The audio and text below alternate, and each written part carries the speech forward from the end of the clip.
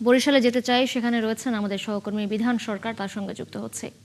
বিধান, এই মুহূর্তে কি কি আয়োজন চলছে সেখানে এবং কারা কারা শ্রদ্ধা জানাতে সেখানে এসেছেন, সেখানকার সার্বিক পরিস্থিতি সম্পর্কে একটু জানাবেন।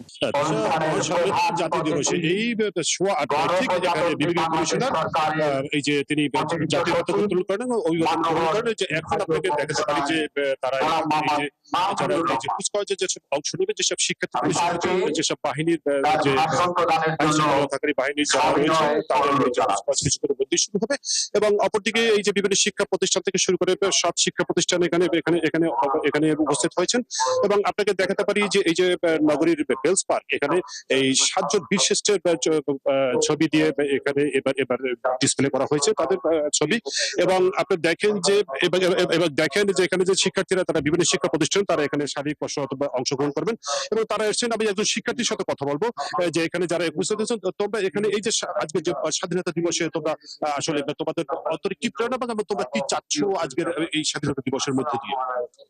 ধন্যবাদ প্রথমে আমাকে কথা বলার সুযোগ করে দেওয়ার জন্য। আজকে মহান স্বাধীনতা দিবস ২৬শে মার্চ।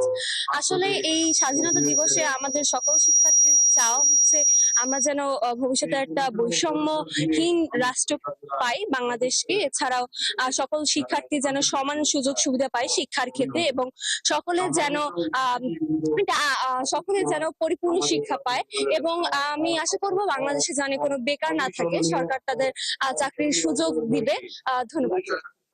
দেখলেন একজন শিক্ষার্থী, তিনি চাচ্ছেন যে বৈষম্যহীন বাংলাদেশ। ঠিক এই সময় যে মহান মুক্তিযুদ্ধের মধ্যে দিয়ে যে আজকের যে স্বাধীনতা দিবসের স্বাদ সকলের সবাই সমানভাবে যেন পায়, সেই চিন্তাটাই সেই কামনাই কিন্তু তারা করছেন। এবং আপনাকে দেখতে পাচ্ছি কিছুক্ষণের মধ্যেই এখানে শিক্ষার্থীরা তারা এই যে অংশগ্রহণ করবেন, তাদের বিভিন্ন শারীরিক কৌশল প্রদর্শন করবেন এবং মার্চ পাস্টে অংশগ্রহণ করবেন বিভিন্ন বাহিনীর সদস্যরা। এবং আপনি দেখতে পাচ্ছেন আমরা যাবো আরেকজন শিক্ষার্থীর কাছে এবং তাদের কাছে জানতে চাইবো যে আজকে যারা এই যে কুচকাওয়াজে অংশ নিচ্ছে যেসব শিক্ষার্থী, বরিশাল জেলা স্কুলের একজন শিক্ষার্থীর সাথে কথা বলবো। কি অভিব্যক্তি আজকের এই মহান স্বাধীনতা দিবসে তোমাদের আসলে কি প্রেরণা, কি অনুপ্রেরণা যোগায় স্বাধীনতা দিবস?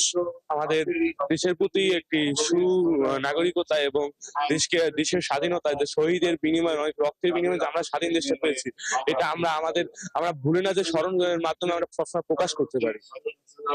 দেখছেন যে মহান স্বাধীনতা দিবসের মধ্য দিয়ে যে দিনটির আজকে সূচনা হয়েছে, যে আজকের যে অনুষ্ঠান হচ্ছে, এবং তারা চাচ্ছেন যে এই স্বাধীনতার স্বাদ যেন সবার মধ্যে ছুঁয়ে যায়, সবাই যেন ঠিক সমানভাবে ভোগ করতে পারে।